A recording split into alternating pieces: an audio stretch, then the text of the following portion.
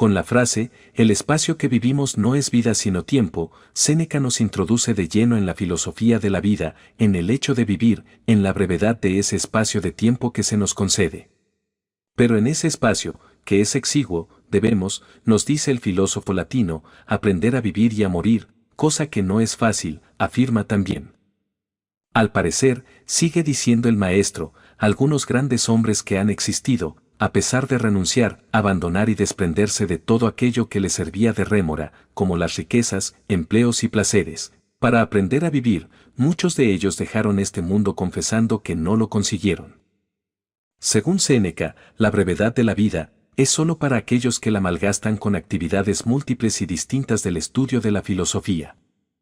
Estos desconocen el valor del tiempo, el pasado no lo controlan, el presente se les va de las manos y tienen pánico al futuro, es decir, solo los filósofos son los que han entendido y han aprendido a valorar el tiempo en sus tres momentos y han aprendido a vivir y a morir. Por lo tanto, solo el sabio es el único capaz de disfrutar íntegramente de la vida. Lucio Anneo Séneca. De la brevedad de la vida. Sobre la brevedad de la vida. La mayor parte de los mortales, Paulino, se queja de la malicia de la naturaleza, porque somos engendrados para un tiempo escaso, porque estos espacios de tiempo que nos da discurren tan velozmente, tan rápidamente, que, salvo muy pocos, a los demás la vida les deja plantados en los propios preparativos de su vida. Y por esta desgracia, en su opinión común, no solo gimen la gente y el vulgo ignorante, este sentimiento ha provocado las quejas también de insignes varones. De ahí viene la proclama del mejor de los médicos, la vida es corta, largo el conocimiento, de ahí viene el pleito, muy poco apropiado en un hombre sabio, de Aristóteles, cuando presenta una reclamación contra la naturaleza. Ha otorgado a los animales tanta vida que la alargan 5 o 10 generaciones, para el hombre, engendrado para tan numerosas y notables cosas, mucho más próximo se halla el término. No tenemos escaso tiempo, sino que perdemos mucho. Nuestra vida es suficientemente larga y se nos ha dado en abundancia para la realización de las más altas empresas, si se invierte bien toda entera, pero en cuanto se disipa a través del lujo y la apatía, en cuanto no se dedica a nada bueno. Cuando por fin nos reclama nuestro último trance nos percatamos de que ya ha transcurrido la vida que no comprendimos que corría. Así es, no recibimos una vida corta, sino que nos la hacemos, y no somos indigentes de ella, sino dilapidadores. Tal como los caudales vastos y dignos de un rey, en cuanto van a parar a un mal dueño, al instante se desvanecen y, en cambio, por más que sean modestos, si se ponen en manos de un buen administrador, crecen con su uso. Así nuestra vida resulta muy extensa para quien se la organiza bien. ¿Por qué nos quejamos de la naturaleza? Ella se ha portado bondadosamente, la vida, con que sepa servirte de ella, resulta larga. Pero a uno lo domina la avaricia insaciable, a otro su oficiosa aplicación en inútiles empeños, uno se empapa de vino, otro se embota de indolencia, a uno lo agota su ambición siempre pendiente de las decisiones de los demás, a otro su arrebatado deseo de comerciar le lleva alrededor de todas las tierras, de todos los mares. Con la esperanza de una ganancia, a algunos los atormenta su pasión por la guerra, sin dejar nunca de estar atentos a los peligros ajenos o angustiados por los suyos. Los hay a quienes desgasta en una voluntaria esclavitud su veneración a sus superiores, en absoluto agradecida. A muchos les han mantenido ocupados sus pretensiones a la fortuna de otros o su preocupación por la propia, a los más, que no van detrás de nada concreto, los ha lanzado a renovados proyectos su volubilidad errática, inconstante, disgustada consigo misma, a algunos no les gusta nada a donde pudieran enderezar su rumbo, sino que su destino los sorprende languideciendo y bostezando, de manera que no dudo de que sea cierto lo que en el más grande de los poetas está dicho a modo de oráculo: escasa es la porción de la vida que vivimos. De hecho, todo el trecho restante no es vida, sino tiempo. Los acosan y cercan por todas partes los vicios y no los dejan alzarse ni levantar los ojos para contemplar la verdad, sino que los retienen hundidos y fijos en su pasión. Nunca les es posible volver en sí. Si tal vez les toca por casualidad algún sosiego, como un mar profundo, en el que también después del vendaval hay agitación, se remecen y nunca tienen reposo de sus pasiones. ¿Piensas que hablo de esos cuyas desgracias están de manifiesto? Mira a aquellos a cuya prosperidad se arrima la gente, están ahogados por sus bienes. ¿Para cuántos resultan abrumadoras sus riquezas? ¿A cuántos ha chupado la sangre su elocuencia y la obligación diaria de ostentar su talento? ¿Cuántos andan demacrados por sus continuos placeres? ¿A cuántos no les deja ninguna libertad el hacinamiento de clientes que los asedia? En fin, repásalos todos desde los más bajos hasta los más altos. Este convoca, este comparece, aquel está en un aprieto, aquel lo defiende, aquel lo juzga, ninguno se ocupa de sí mismo, cada uno se desgasta por el otro. Pregunta sobre esos cuyos nombres son bien sabidos, verás que se los reconoce por estas señales: aquel es servidor de aquel, este de aquel, ninguno es su propio dueño.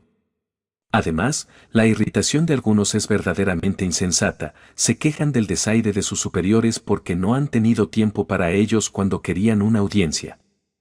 ¿Se atreve a quejarse de la altanería de otro uno que nunca tiene tiempo para sí mismo?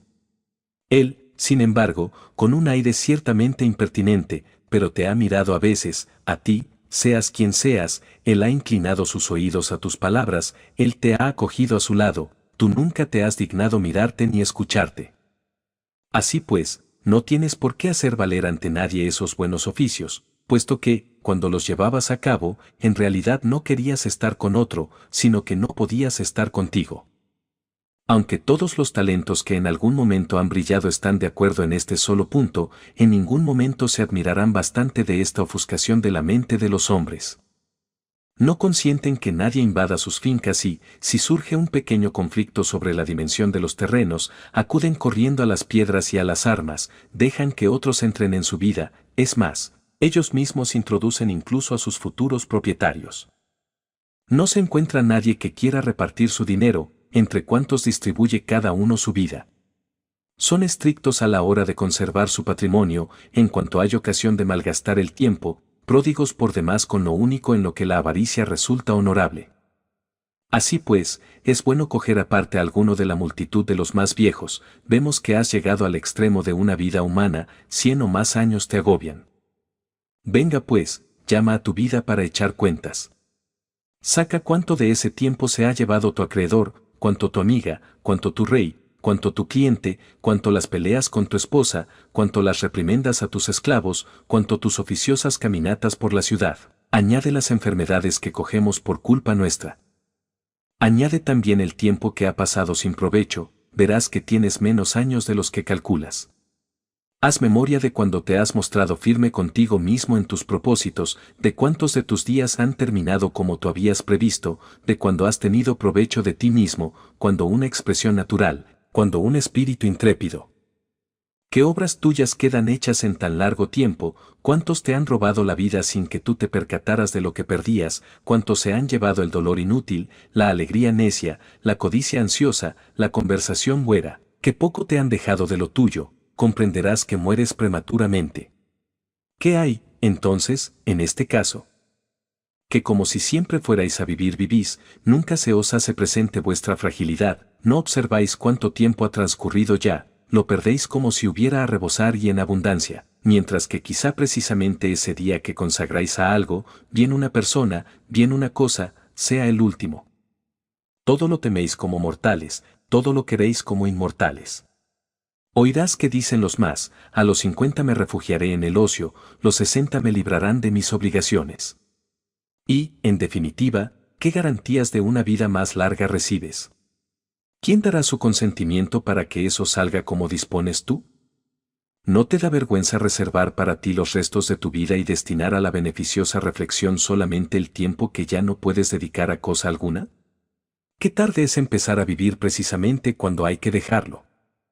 ¿Qué olvido tan necio de la condición mortal, diferir hasta los 50 o los 60 años los buenos propósitos y querer comenzar la vida desde un punto a donde pocos la han prolongado?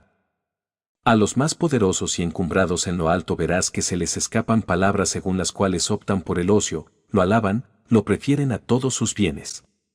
Desean en esos momentos, si es posible sin riesgo, bajar de su pedestal. En efecto, aunque nada la dañe o golpee desde fuera, la prosperidad se derrumba sobre sí misma. El divino Augusto, a quien los dioses respaldaron más que a ninguno, no dejó de pedir para el reposo y de pretender un descanso de la política. Emoticono cara triste 5. Cualquier conversación suya siempre recaía en que esperaba el ocio, distraía sus afanes con este consuelo, dulce, aunque falso, alguna vez él iba a vivir para él. En una carta enviada al Senado, después de asegurar que su reposo no iba a estar exento de dignidad ni en contradicción con su anterior gloria, he encontrado estas palabras: pero eso se puede con más gusto hacer que prometer. A mí, sin embargo, el deseo de un tiempo tan ansiado por mí me ha llevado, puesto que la alegría de la realización se demora aún, a anticipar algún placer con el encanto de las palabras. El ocio le pareció un asunto de tanta importancia que, como no podía en la práctica, se lo tomaba por adelantado con el pensamiento. Él, que todo lo veía pendiente solo de él, que determinaba la suerte de hombres y naciones, soñaba lleno de alegría el día en que se despojaría de su grandeza. Había comprobado cuánto sudor le costaban aquellos bienes que resplandecían por todas las tierras, cuántas preocupaciones veladas ocultaban, obligado a entablar combate contra sus conciudadanos primero, después contra sus colegas, finalmente contra sus parientes, derramó sangre por tierra y por mar.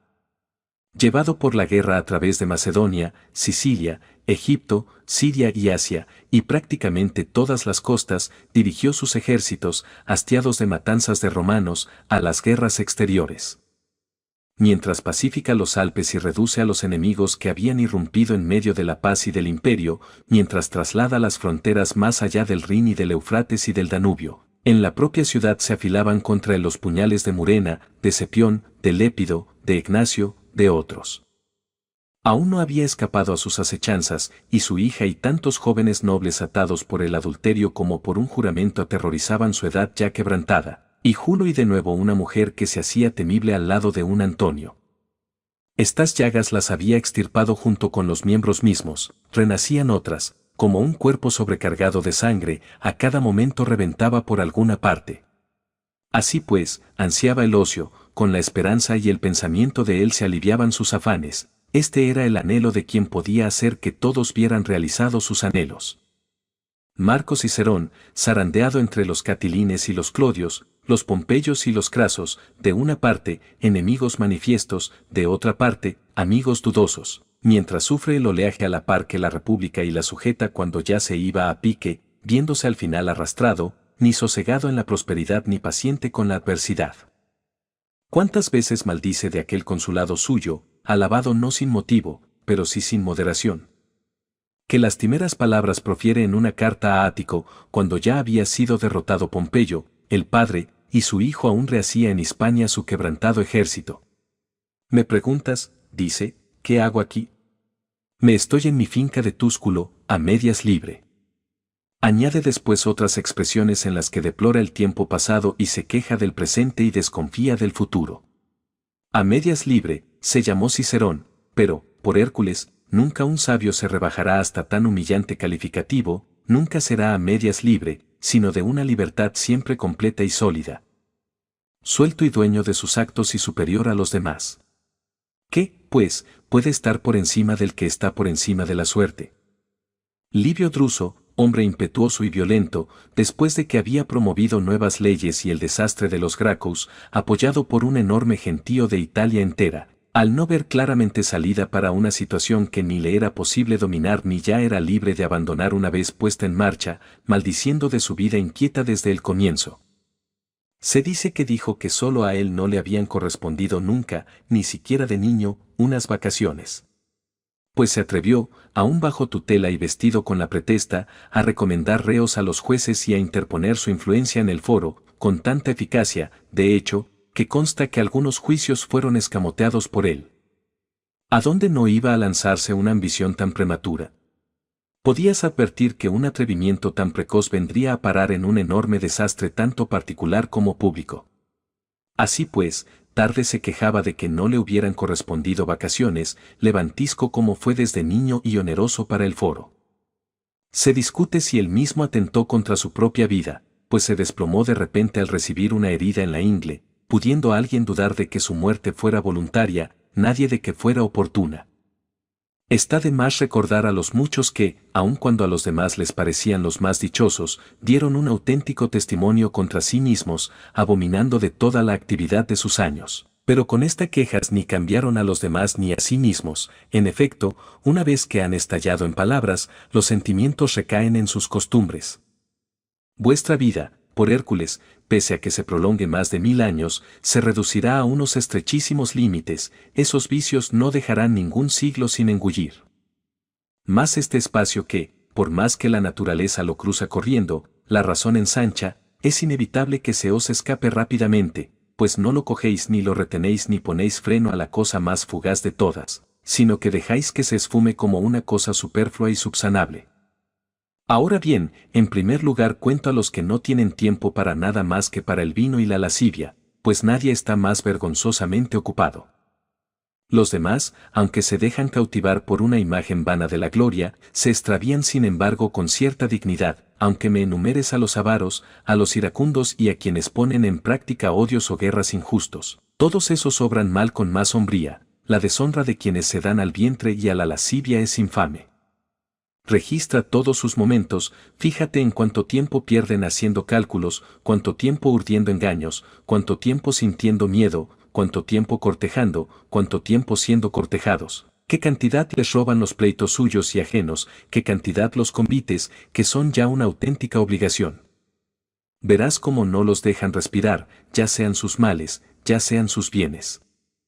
En fin, todo el mundo está de acuerdo en que un hombre obsesionado no puede ejercer ningún oficio, ni la elocuencia ni las profesiones liberales, ya que su espíritu distraído no deja recalar nada en su fondo, sino que todo lo vomita como si se lo hubieran embutido a la fuerza.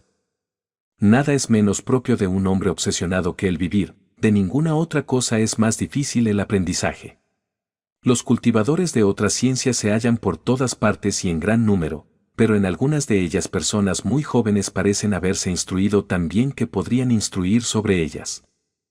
A vivir hay que aprender durante toda la vida y, cosa que quizá te extrañe más, durante toda la vida hay que aprender a morir. Tantos grandísimos hombres, abandonando toda impedimenta, una vez que habían renunciado a las riquezas, a los cargos, a los placeres, hasta sus últimos instantes solo hicieron esto, ir sabiendo vivir, los más de ellos. Sin embargo, se marcharon de la vida tras reconocer que aún no sabían, cuanto menos sabrán esos. Créeme, es propio del hombre eminente y que está por encima de los extravíos humanos no dejar que le quiten nada de su tiempo, y su vida resulta larguísima precisamente porque todo cuanto se ha prolongado ha quedado enteramente libre para él. Ningún momento ha quedado inactivo y ocioso, ninguno ha estado cedido a otra persona, pues tampoco ha hallado nada digno de intercambiar por su tiempo, como que es del celosísimo administrador. Así pues, para él fue suficiente, en cambio, es inevitable que les falte a aquellos de cuya vida la gente se ha llevado mucha parte. Y no tienes por qué pensar que ellos no advierten a veces su pérdida, por descontado que oirás a los más de esos a quienes una gran prosperidad abruma, exclamar ante tropeles de clientes o demandas judiciales u otras honestas tribulaciones de cuando en cuando, me resulta imposible vivir. ¿Cómo no te va a resultar imposible? Todos los que te reclaman para ellos te sustraen a ti mismo. ¿Aquel acusado cuántos días se te llevó? ¿Cuántos, aquel candidato? ¿Cuántos, aquella anciana cansada de enterrar herederos? ¿Cuántos, aquel enfermo, imaginario a fin de azuzar la codicia de los que acechan su herencia? ¿Cuánto, aquel amigo más poderoso, que os retiene no por amistad sino por ostentación? Comprueba, te digo, y recuenta los días de tu vida, verás que en tu haber restan bien pocos y de rechazo. El que ha conseguido los haces que anhelaba desea dejarlos y continuamente dice, ¿cuándo pasará este año? Aquel organiza unos juegos, cuyo encargo tuvo en mucho que le tocara a él, cuando, dice, me libraré de esto. A aquel abogado se lo disputan por todo el foro, y colma con una gran concurrencia cualquier lugar, más allá de donde pueden oírlo, cuando, dice, se suspenderán los procesos. Todo el mundo acelera su vida y se esfuerza por su ansia del futuro, por su hastío del presente. Por el contrario, el que no deja ningún momento sin dedicarlo a sus intereses, el que organiza todos sus días como si fueran el último, ni ansía el mañana ni lo teme. ¿Qué placer nuevo puede ya reportarle una hora? Todo le es conocido, todo experimentado hasta la saciedad. De lo demás, que la suerte disponga como quiera, su vida está ya a salvo. Se le puede añadir algo, quitarle nada, y añadírselo tal como a un hombre ya ahito y lleno algo de comida que tampoco desea y lo toma. Con que no tienes por qué pensar, a la vista de canas y arrugas, que uno ha vivido mucho tiempo, no ha vivido ese mucho tiempo, sino que ha existido mucho tiempo. ¿Qué, pues, si pensaras que ha navegado mucho aquel a quien una furiosa tempestad, cogiéndolo fuera del puerto, ha arrastrado de acá para allá y ha llevado en círculo por las mismas zonas gracias a las alternancias de los vientos desencadenados desde todas direcciones? Ese no ha navegado mucho, sino que ha sido zarandeado mucho. Suelo extrañarme cuando veo a algunos pidiendo tiempo, y muy bien dispuestos a quienes se lo solicitan, los unos y los otros contemplan aquello por lo que se ha pedido el tiempo, ni unos ni otros, de hecho, el tiempo en sí, como si no pidieran nada, como si no dieran nada. Juegan con la más valiosa de todas las cosas, es que los engaña porque es cosa inmaterial, porque no salta a la vista, y por eso lo tasan muy barato, es más, su valor es prácticamente nulo. Los hombres reciben sus anualidades y congiarios con agradecimiento y por ellos alquilan su trabajo o su esfuerzo o su celo, nadie valora el tiempo, lo emplean sin restricciones, como si fuera gratuito. Pero a esos mismos los verás, si está muy próximo el peligro de muerte, abrazándose a las rodillas de los médicos, si temen una pena de muerte, dispuestos a desembolsar todos sus bienes para vivir, tan grande es en ellos la contradicción de sus sentimientos. Y si se pudiera, del mismo modo que los años pasados de cada cual, ponerles a la vista el número de los futuros, como temblarían los que vieran que les quedaban pocos, como los economizarían. Pues bien, es fácil administrar lo que es fijo, por más que sea escaso, se debe conservar con más esmero lo que no sabes cuándo faltará. Sin embargo, no tienes por qué pensar que ellos ignoran hasta qué punto es una cosa cara, suelen decir a los que aprecian en extremo que ellos están dispuestos a darles una parte de sus años. La dan y no saben qué hacen, en cambio, la dan de tal modo que se la quitan a sí mismos sin beneficio de los otros. Pero precisamente esto, que se la quitan, no lo advierten, por eso les resulta tolerable la pérdida de algo cuya merma es invisible. Nadie te restituirá tus años, nadie te devolverá de nuevo a ti mismo. La vida irá por donde empezó y no invertirá ni detendrá su marcha, en absoluto hará alboroto, en absoluto nos advertirá de su velocidad, se deslizará queda. No por mandato de un rey ni por favoritismo a un pueblo se prolongará, tal como desde el primer día se puso en marcha correrá, jamás se desviará, jamás se entretendrá. ¿Qué va a pasar? Que tú estás distraído, la vida se apresura, entre tanto, se presentará la muerte, para la que, quieras o no quieras, hay que tener tiempo. ¿Se puede mencionar nada más insensato que la decisión de esos hombres que alardean de su prudencia? Están afanosamente atareados para poder vivir mejor, a expensas de la vida construyen su vida. Organizan sus planes para un lejano futuro. Ahora bien, la mayor pérdida de vida es la dilación, elimina el día actual, escamotea el presente mientras promete lo porvenir. El obstáculo mayor para vivir es la espera, que depende del día de mañana, desperdicia el de hoy. Dispones de lo que está puesto en manos de la suerte, desechas lo que está en las tuyas. ¿A dónde miras? ¿A dónde te alargas? Todo lo que ha de venir está en entredicho, vive al día. Así clama el mayor de los bates y, como inspirado por una boca divina, canta un canto saludable. Todos los días mejores de vida a los míseros hombres huyen primero. ¿Por qué vacilas? Dice, ¿por qué te paras? Si no lo agarras, te huye.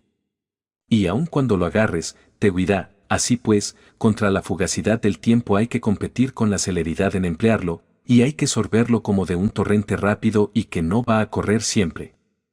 También va perfectamente a la hora de criticar la interminable vacilación el hecho de que no dice la mejor época, sino los mejores días. ¿Por qué, tranquilo y calmoso en medio de tan precipitada fuga del tiempo, te prometes meses y años en larga sucesión, según le parezca a tu avidez? Te está hablando de unos días y precisamente de cómo huyen.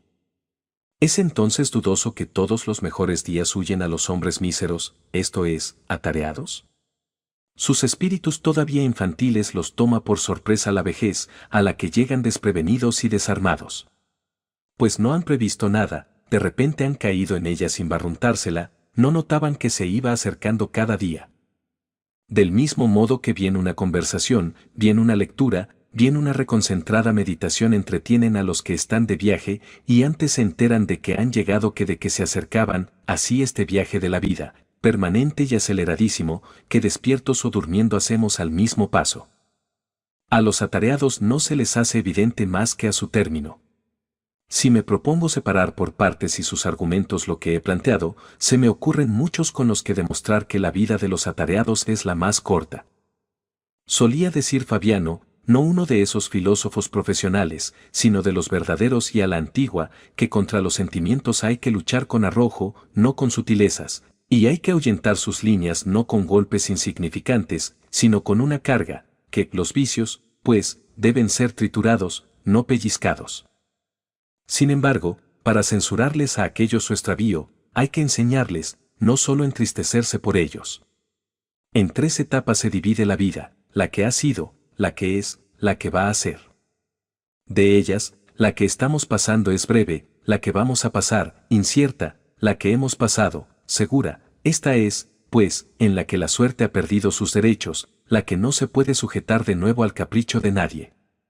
Esta la pierden los atareados, pues no tienen tiempo de mirar el pasado, y si tienen, les es desagradable el recuerdo de cosas de las que se arrepienten.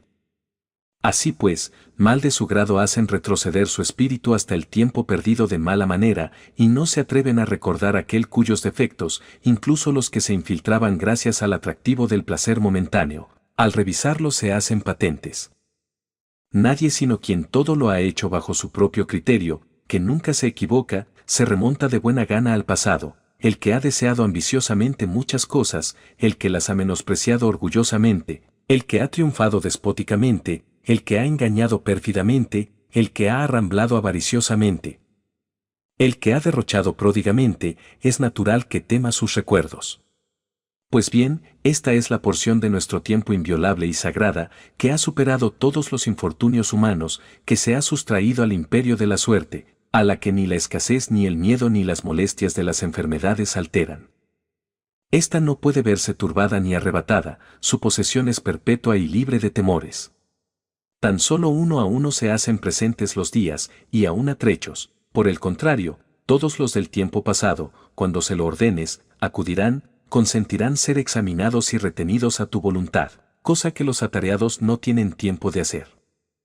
Propio de una mente tranquila y sosegada es desplazarse por todas las etapas de su vida, los espíritus de los atareados, como si estuvieran bajo un yugo, no pueden girarse y mirar atrás. Cae, por tanto, tu vida en un pozo sin fondo y, así como por más que eches cuanto quieras, no sirve de nada si no hay debajo algo que lo sostenga y conserve, igualmente no importa nada cuánto tiempo se concede. Si no tiene donde sustentarse, se filtra a través de los espíritus resquebrajados y agujereados. El presente es un tiempo cortísimo, hasta el punto de que realmente a algunos les parece inexistente, pues siempre está en marcha, fluye y se precipita, deja de existir antes de llegar y no admite más demora que el universo y los astros, cuyo movimiento siempre incesante nunca se mantiene en el mismo sitio. Solo a los atareados, por tanto, concierne el tiempo presente, que es tan fugaz que no se puede coger, y también ese a ellos, al estar ocupados en muchos quehaceres, se les sustrae. ¿Quieres saber, en fin, hasta qué punto no viven mucho? Mira hasta qué punto desean vivir mucho. Ya ancianos decrépitos, mendigan con sus ofrendas la prórroga de unos pocos años, fingen a su vez tener menos edad, se halagan con este embuste y se mienten tan a gusto como si al mismo tiempo engañaran a los hados. Más cuando ya algún achaque les recuerda su condición mortal, de qué modo mueren aterrorizados, no como si salieran de la vida, sino como si fueran sacados.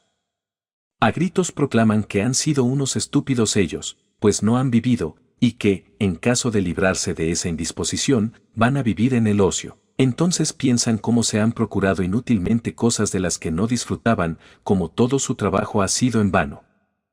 Por el contrario, a aquellos cuya vida se desarrolla lejos de toda ocupación, ¿cómo no va a resultarles extensa? De ella nada se les merma, nada se disemina por aquí y por allá, nada de ahí se entrega a la suerte, nada se pierde por negligencia, nada se menoscaba por prodigalidad, nada es superfluo, toda ella, por así decir, está puesta a interés.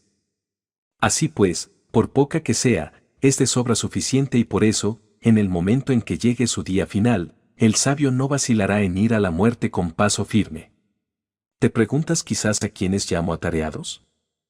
No tienes por qué pensar que solo se lo digo a quienes los perros, azuzados finalmente contra ellos, expulsan de la basílica, a quienes ves ahogarse con todos los honores en su propio ajetreo o con todos los desaires en el ajeno, a quienes sus deberes sacan de sus casas para estrellarlos contra las puertas ajenas. A quienes la lanza del pretor no deja descansar por mor de una ganancia infame y que algún día va a reventar como un absceso. El ocio de algunos es atareado, en su villa o en su lecho, en medio de la soledad, a pesar de que se hayan apartado de todos, resultan fastidiosos para sí mismos, su vida no hay que denominarla ociosa, sino ocupación desidiosa. ¿Llamas tú ocioso a quien clasifica con ansiosa precisión sus vasos de Corinto, valiosos por la manía de unos cuantos, y consume la mayor parte de sus días en unos metales herrumbrosos? ¿A quién se sienta en la ceroma? ¡Qué abominación, en efecto! ¿Ya ni padecemos vicios romanos, aficionado a los jóvenes luchadores? ¿A quién separa los rebaños de los suyos, ya untados, por parejas de edad y color? ¿A quién mantiene a los atletas bisoños? ¿Qué? ¿Llamas ociosos a quienes pasan muchas horas con el barbero, mientras les rasuran lo que ha crecido quizá la noche antes, mientras celebran consultas sobre cada uno de los pelos, mientras les arreglan la cabellera despeinada o les echan hacia la frente desde ambos lados la que está desapareciendo? ¿Cómo se irritan si el barbero ha sido un tanto torpe, como si barbeara a un hombre? ¿Cómo se encienden si les han recortado un pelo de su cabellera, si alguno ha quedado fuera de su sitio, si todos no han caído en su rizo correspondiente? ¿Quién hay de esos que no prefiera que se descomponga el estado antes que sus cabellos? ¿Que no esté más preocupado del arreglo de su cabeza que de su salud? ¿Que no prefiera ser más elegante antes que más honrado? ¿Ociosos llamas tú a estos, ocupados entre peines y espejos? ¿Qué hay de aquellos que se han empeñado en componer, escuchar, aprender canciones, mientras su voz, cuya correcta emisión la naturaleza hizo excelente y sencillísima, la retuercen con los altibajos de una melodía inadecuada, aquellos cuyos dedos suenan siempre mientras miden para su coleto algún poema, aquellos que, cuando están dedicados a tareas serias, incluso a menudo tristes, dejan oír el tarareo de una melodía? Esos no tienen ocio, sino negocios inútiles. Por Hércules, yo no pondría sus banquetes entre sus ratos libres, cuando veo cuán cuidadosos disponen la plata, que esmeradamente ciñen las túnicas de sus esclavos de placer, que pendientes están de cómo sale el jabalí de manos del cocinero, con qué rapidez, al darse la señal, corren los esclavos imberbes a sus menesteres. Con cuánto arte se trinchan las aves en trozos nada irregulares, que aplicadamente limpian los desdichados muchachitos las babas de los borrachos. Con esto se ganan fama de elegancia y magnificencia, y hasta tal punto en todos los avatares de su vida los persiguen sus males, que ni beben ni comen si no es por interés.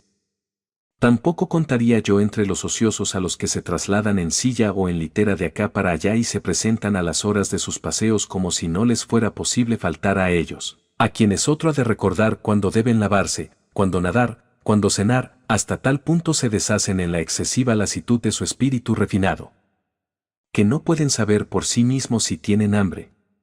Me cuentan que uno de esos refinados, si es que hay que llamar refinamiento a desaprender la vida y la conducta propias de un hombre, colocado en la silla, preguntó: ¿Ya estoy sentado? ¿Piensas tú que que ignora si está sentado, sabe si vive, si ve, si está ocioso? No sabría decir claramente que me da más lástima que lo ignorara o que fingiera ignorarlo. Sufren, de hecho, el olvido de muchas cosas, pero también simulan el de muchas. Ciertos vicios los complacen como si fueran pruebas de su felicidad, parece de hombre demasiado plebeyo y menospreciable saber qué haces.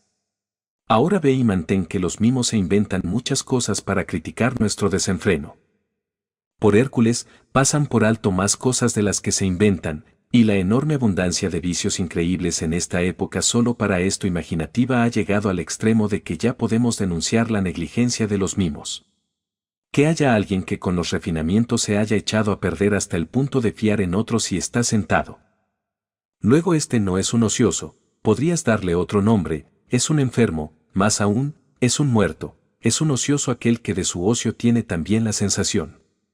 Más este vivo mías, ¿a quién hace falta un testigo para distinguir las posiciones de su propio cuerpo? ¿Cómo puede éste ser dueño de ningún tiempo?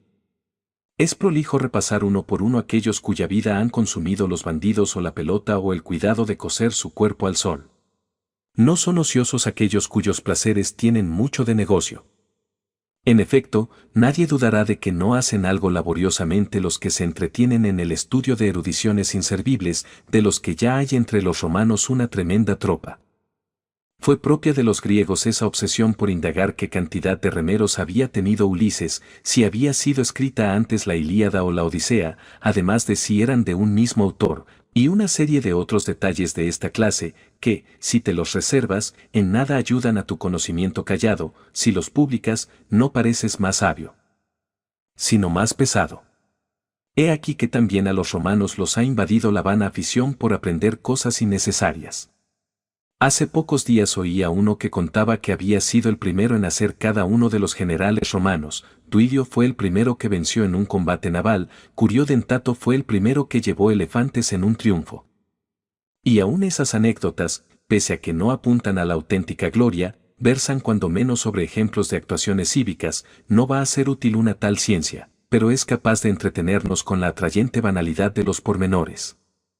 Dejemos también en manos de los curiosos la cuestión de quién fue el primero que convenció a los romanos de que subieran a un barco. Ese fue Claudio, por eso mismo apodado Caudex, porque un ensamblaje de muchas tablas entre los antiguos se llamaba Caudex, de donde se denominan códices las tablas públicas, y aún hoy en día. Conforme a una antigua tradición, los barcos que transportan provisiones por el Tíber se llaman codicariae. Que venga también en buena hora al caso el hecho de que Valerio Corvino fue el primero que conquistó Mesina y el primero de la familia de los Velerios que fue apodado Mesana, al adoptar el nombre de la ciudad conquistada, y, como la gente fue cambiando paulatinamente las letras, le dijeron Mesala. ¿No vas a permitir también a alguien atender al hecho de que Lucio Sila fue el primero que ofreció en el circo leones sueltos, cuando hasta entonces se ofrecían atados, una vez que el rey Bouco había enviado unos arqueros para abatirlos? Dejémosle en buena hora también esto. ¿No tiene algún interés positivo también que Pompeyo fuera el primero que presentó en el circo la pelea de 18 elefantes, enfrentándoles, como en batalla, unos hombres inocentes? El personaje principal de la ciudad, y entre los personajes antiguos, según cuenta la fama, de una bondad extraordinaria, consideró un glorioso género de espectáculo aniquilar a unos hombres con métodos nuevos. ¿Combaten a muerte? Es insuficiente. ¿Se hieren? Es insuficiente que se dejen triturar por la enorme mole de unos animales. Era preferible que hechos así cayeran en el olvido, para que nadie poderoso los aprendiera luego y tuviera envidia de una actuación bien poco humana. ¡Ay, cuánta niebla arroja sobre nuestras mentes una gran prosperidad! Él creyó entonces estar por encima de la naturaleza, cuando arrojaba tantos montones de hombres infelices a unas bestias nacidas bajo otro cielo, cuando provocaba una guerra entre unos animales tan desiguales, cuando derramaba abundante sangre a la vista del pueblo romano él, que pronto iba a hacerle derramar más. Pero ese mismo, engañado luego por la deslealtad alejandrina, se ofreció para ser traspasado por el último de los sirvientes, con lo que al fin comprendió la absurda arrogancia de su apodo. Pero, por volver al propósito del que me he alejado y mostrar el inútil celo de algunos en idénticas cuestiones, el mismo de antes contaba que Metelo, al celebrar su triunfo por haber derrotado a los cartagineses en Sicilia, fue el único de todos los romanos que llevó delante de su carro 120 elefantes capturados. Que Sila fue el último de los romanos que amplió el Pomerio, cuya ampliación era costumbre entre los antiguos nunca por haberse anexionado territorio provincial, sino itálico. Saber esto es más útil que saber que el monte Aventino está fuera del Pomerio, según afirmaba él, por una de dos razones, o porque la plebe se había retirado allí, o porque, estando en ese lugar Remo tomando los auspicios, las aves no le aparecieron favorables, y una serie de cosas incontables que o son falsas o semejantes a las mentiras. En efecto, aunque concedas que todo lo dicen de buena fe, aunque lo pongan por escrito para corroborarlo, ¿de quién atenuarán los extravíos esos detalles? ¿De quién reprimirán las ambiciones? ¿A quién harán más esforzado, a quién más justo, a quién más generoso? Nuestro Fabiano decía que a veces dudaba de si era preferible no dejarse llevar por ningún afán de conocimientos antes que dejarse enredar en estos. Son hombres ociosos solo quienes están libres para la sabiduría, solo ellos están vivos, pues no conservan tan solo su vida, cualquier tiempo lo añaden al suyo, todos los años que se han desarrollado antes que ellos, están adquiridos para ellos. Si no somos de lo más desagradecido, reconoceremos que los esclarecidos fundadores de venerables doctrinas nacieron para nosotros, organizaron su vida para nosotros. Gracias al trabajo de otros nos vemos conducidos a los hechos más hermosos sacados de las tinieblas a la luz, ninguna época nos está vedada, en todas somos admitidos. Y si por nuestra grandeza de espíritu nos complace rebasar las estrecheces de las insuficiencias humanas, tenemos mucho tiempo por donde extendernos. Nos es posible debatir con Sócrates, dudar con Carneades, con Epicuro sosegarnos, vencer con los estoicos la naturaleza del hombre, sobrepasarla con los cínicos. Ya que la naturaleza nos permite extendernos para participar en cualquier época, como no entregarnos de todo corazón, saliendo de este tránsito temporal exiguo y caduco, a las cosas que son ilimitadas, eternas, comunes con los mejores? Esos que corretean de un cumplido a otro, que se incordian a sí mismos y a los demás, cuando ya se han vuelto bien locos, cuando han recorrido cada día los umbrales de todo el mundo y no han pasado por alto ninguna puerta abierta, cuando han hecho circular por las casas más diversas sus saludos interesados.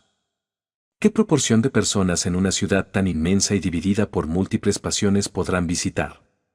¿Cuántos serán aquellos cuyo sueño o molicie o descortesía les niegue el paso? ¿Cuántos los que, después de hacerles sufrir largo rato, les darán de lado con una urgencia fingida? ¿Cuántos evitarán salir por el atrio atestado de clientes y escaparán por pasadizos de la casa secretos, como si engañar no fuera más descortés que rechazar? ¿Cuántos, medio dormidos y abotargados por la borrachera de la noche pasada, mientras aquellos infelices interrumpen su propio sueño para velar el ajeno, repetirán con un bostezo descarado el nombre que les han susurrado 1000 veces entreabriendo apenas los labios? Piensa que se ocupan en unas auténticas obligaciones quienes cada día quieren ser más íntimos de Zenón, de Pitágoras y de Demócrito y los demás maestros de los buenos conocimientos, de Aristóteles y Teofrasto. Ninguno de estos dejará de estar libre, ninguno a quien a él acuda dejará de despedirlo más feliz, más satisfecho de sí mismo, ninguno consentirá que nadie se vaya de su lado con las manos vacías, de noche, durante el día, pueden ser visitados por todos los mortales. Ninguno de estos te inducirá a morir, todos te enseñarán, ninguno de estos agotará tus años, te agregará los suyos, entre estos con ninguno la conversación te será peligrosa, con ninguno la amistad funesta, con ninguno la relación onerosa. Lograrás de ellos todo lo que quieras, por ellos no será que no tomes todo lo más que puedas coger. Qué dicha, qué hermosa vejez aguarda al que se ha incluido en la clientela de estos. Tendrá con quienes deliberar sobre las cuestiones más fútiles y las más fundamentales, a quienes consultar cada día sobre sí mismo, por quienes oír la verdad sin ofensa, ser elogiado sin adulación, a cuya semejanza hacerse. Solemos decir que no estuvo en nuestra mano que padres nos tocaban en suerte, que nos fueron dados al azar, mas nos es posible nacer para nosotros a nuestro albedrío.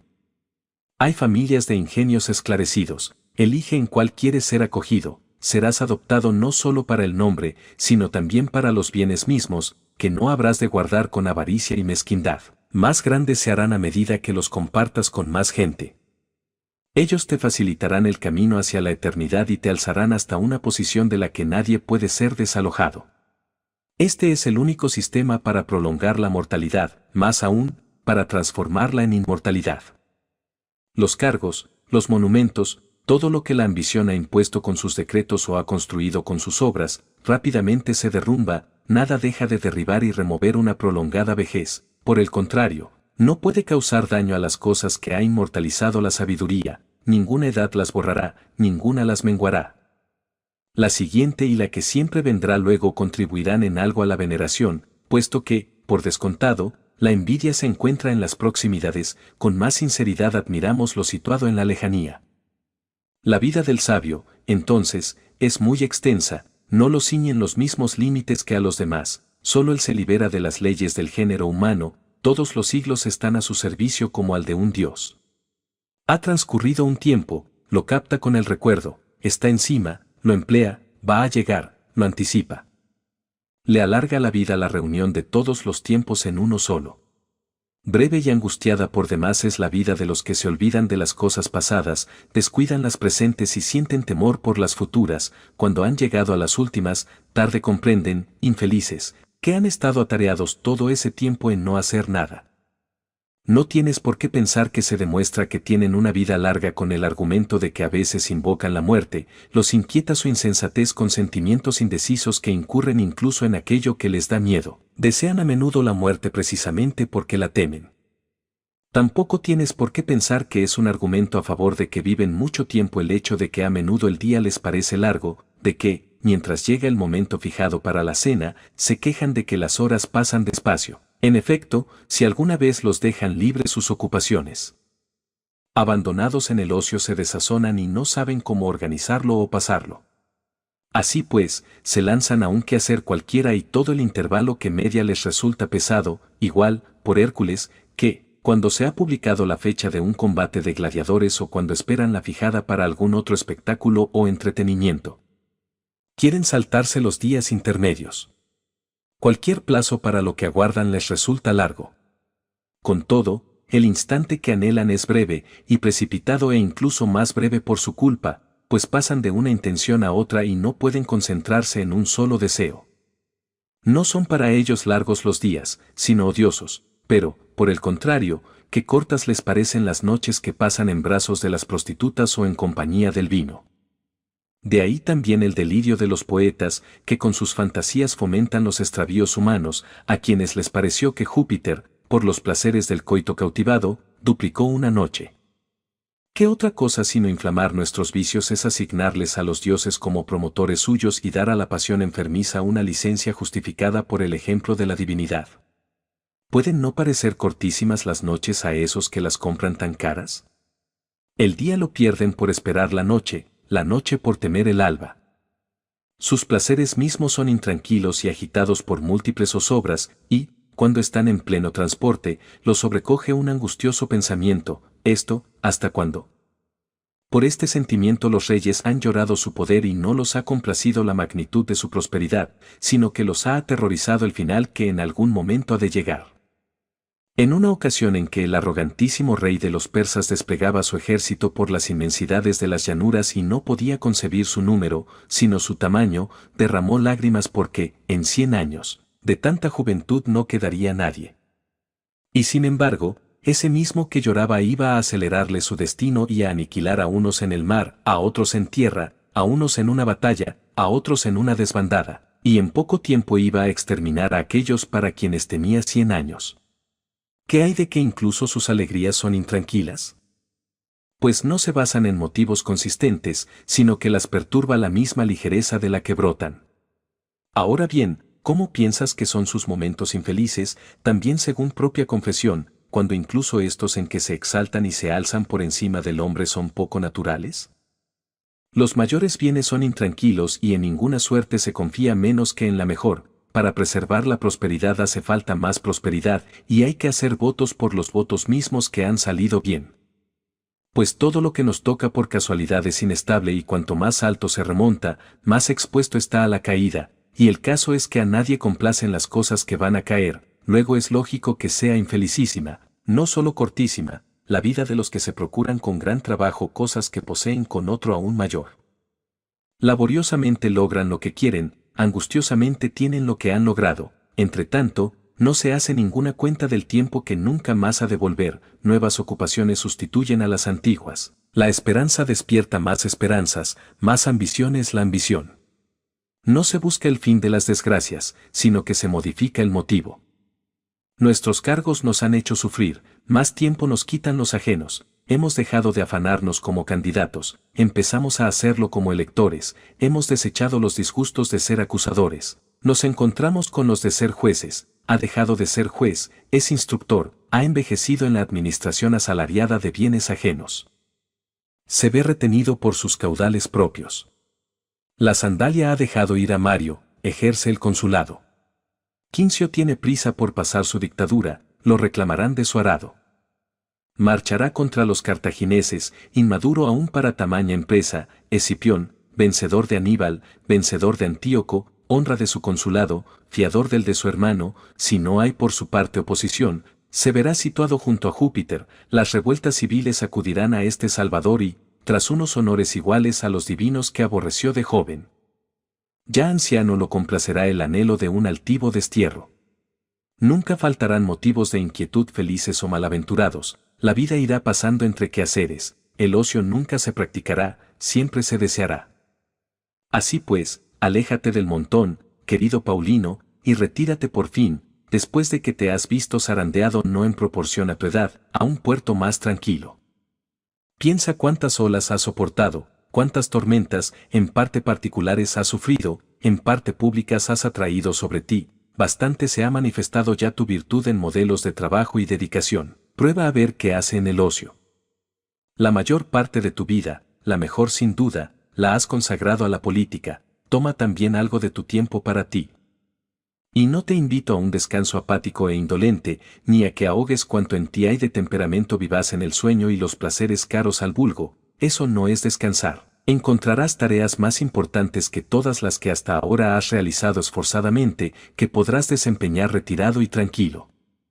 Ciertamente tú llevas las cuentas del orbe de las tierras tan desinteresadamente como ajenas, tan cuidadosamente como tuyas, tan concienzudamente como estatales. Te ganas el afecto en un cargo en el que es difícil evitar el odio, pero con todo, créeme, es mejor sacar las cuentas de la vida de uno que las del trigo público. Esos bríos de tu espíritu, perfectamente capaces de las mayores empresas, desvíalos de una función honrosa, por supuesto, pero poco adecuada para una vida feliz, y piensa que tú, desde tus primeros años, con todo tu estudio de los saberes liberales no perseguías que te encomendaran confiadamente tantos miles de medidas de trigo. Algo más grande y más elevado hacías esperar de ti. No faltarán hombres de una escrupulosa integridad y, además, de una minuciosa dedicación. Para llevar peso son mucho más adecuadas las lentas acémilas que los nobles corceles, cuya majestuosa ligereza quien la ha oprimido alguna vez con un pesado fardo. Piensa además cuántas preocupaciones te supone ponerte bajo una carga tan abrumadora, tienes que vértelas con el estómago de los hombres, ni se pliega a la razón ni se apacigua con la equidad ni se ablanda con ningún ruego el pueblo cuando tiene hambre. Hace bien poco, en los días en que murió Gayo César, disgustadísimo, si es que a quienes están bajo tierra les queda algún sentimiento, al ver que le sobrevivía el pueblo romano y sobraban víveres para 7 u 8 días cuando menos, mientras él tendía puentes de barcos y jugaba con las fuerzas del imperio. Se presentó la que también para quienes están sitiados es la última de las calamidades, la escasez de alimentos. Por poco no desembocó en muerte y hambre y lo que sigue al hambre, la destrucción de todas las cosas, esa emulación de un rey demente y extranjero y vanidoso para su desdicha. ¿Qué actitud adoptaron entonces aquellos a quienes estaba encomendada la administración del trigo público, a punto de exponerse a las pedradas, al hierro, al fuego, a Gayo? Con mucho disimulo ocultaban tan gran desgracia escondiéndola en sus corazones, con razón, por supuesto, pues algunos trastornos hay que curarlos sin que se den cuenta los enfermos. Para mucha gente la causa de su muerte ha sido enterarse de su enfermedad. Refúgiate en estos asuntos más sosegados, más seguros, más importantes. ¿Piensas tú que cuidarte de que el trigo se traspase a los graneros sin merma por engaño o negligencia de los transportistas, de que no se estropee y fermente por la humedad que haya cogido, de que responda a la medida y el peso, es comparable a participar en estos asuntos sagrados y sublimes, dispuesto a saber cuál materia es la del Dios? ¿Cuál su voluntad, cuál su esencia, cuál su forma, qué destino aguarda a tu espíritu, donde nos pone la naturaleza cuando nos liberamos de nuestros cuerpos, qué es lo que retiene en el medio las cosas de este mundo más pesadas, sostiene por encima las ligeras, lleva el fuego a lo más alto, pone en movimiento los astros en su turno correspondiente? En fin, lo demás lleno de maravillas infinitas. ¿Quieres tú, desentendiéndote de la tierra, mirar con la mente hacia eso? Ahora, mientras está caliente tu sangre, en la plenitud de tus fuerzas, has de encaminarte a cosas mejores. Te aguardan en este género de vida muchos buenos conocimientos, el apego y la práctica de las virtudes, el olvido de las pasiones, la ciencia de vivir y de morir, el profundo sosiego de las cosas. La situación de todos los atareados realmente es lamentable, pero mucho más lamentable la de los que ni siquiera se afanan en sus tareas propias, duermen conforme al sueño de otros, andan conforme al paso de otros. El amar y el odiar, los actos más libres de todos, les son impuestos. Estos, si quieren saber hasta qué punto es corta su vida, que piensen en qué proporción es suya. Así pues, cuando veas su pretesta ya ostentada en ocasiones frecuentes, su nombre célebre en el foro, no los envidies, eso lo alcanzan con perjuicio de su vida. Con tal de que un solo año se enumere por su nombre, echarán a perder todos sus años. A algunos, antes de que ascendieran a la cima de su ambición, los ha abandonado la vida en los preliminares de la lucha, a otros, cuando habían trepado a la más alta dignidad gracias a 1000 indignidades, les ha venido el funesto pensamiento de que han trabajado para el epitafio de su tumba, la extrema vejez de otros. Mientras se apresta a nuevos proyectos, como en su juventud, ha fallado, impotente, en medio de unos empeños excesivos y porfiados. Penoso, aquel a quien ha abandonado su espíritu cuando, bien entrado en años, exponía, en un juicio sus conclusiones a favor de unos litigantes absolutamente desconocidos y buscaba la aprobación de una concurrencia inexperta, vergonzoso, aquel que, cansándose más pronto de vivir que de trabajar, ha desfallecido en el ejercicio de sus funciones. Vergonzoso, aquel de quien, al morir mientras le rinden cuentas, se burla su heredero largo tiempo defraudado. No puedo dejar de referir un ejemplo que me viene a las mientes. Sexto Turanio fue un anciano de cumplida laboriosidad que, pasados los 90 años, como había recibido de Gayo César la orden de jubilarse como procurador, mandó que lo pusieran en la cama y que la familia a su alrededor lo llorara como difunto. Estaba la casa de duelo por la cesantía de su anciano dueño y no puso fin a su tristeza hasta que le fueron restituidas sus funciones. ¿Hasta tal punto es un gusto morir atareado? Idéntica actitud tienen los más, su deseo de trabajar les dura más que su capacidad, luchan contra el debilitamiento de su cuerpo y la vejez misma no la juzgan penosa por ningún otro motivo más que porque los relega. La ley deja de reclutar soldados a partir de los 50 años, de convocar a los senadores a partir de los 60, los hombres consiguen de sí mismos el retiro con más dificultad que de la ley. Entretanto, mientras son arrastrados y arrastran, mientras uno interrumpe el reposo de otro, mientras mutuamente se hacen desdichados, su vida resulta sin provecho, sin placer, sin ningún progreso del espíritu, nadie tiene presente la muerte, nadie deja de concebir proyectos a largo plazo. Algunos hasta organizan incluso lo que está más allá de la vida, las grandes moles de sus tumbas y las inauguraciones de obras públicas y las ofrendas junto a la pira y unas exequias suntuosas. Pero, por Hércules, sus funerales, como si hubieran vivido poquísimo, a la luz de antorchas y cirios han de marchar.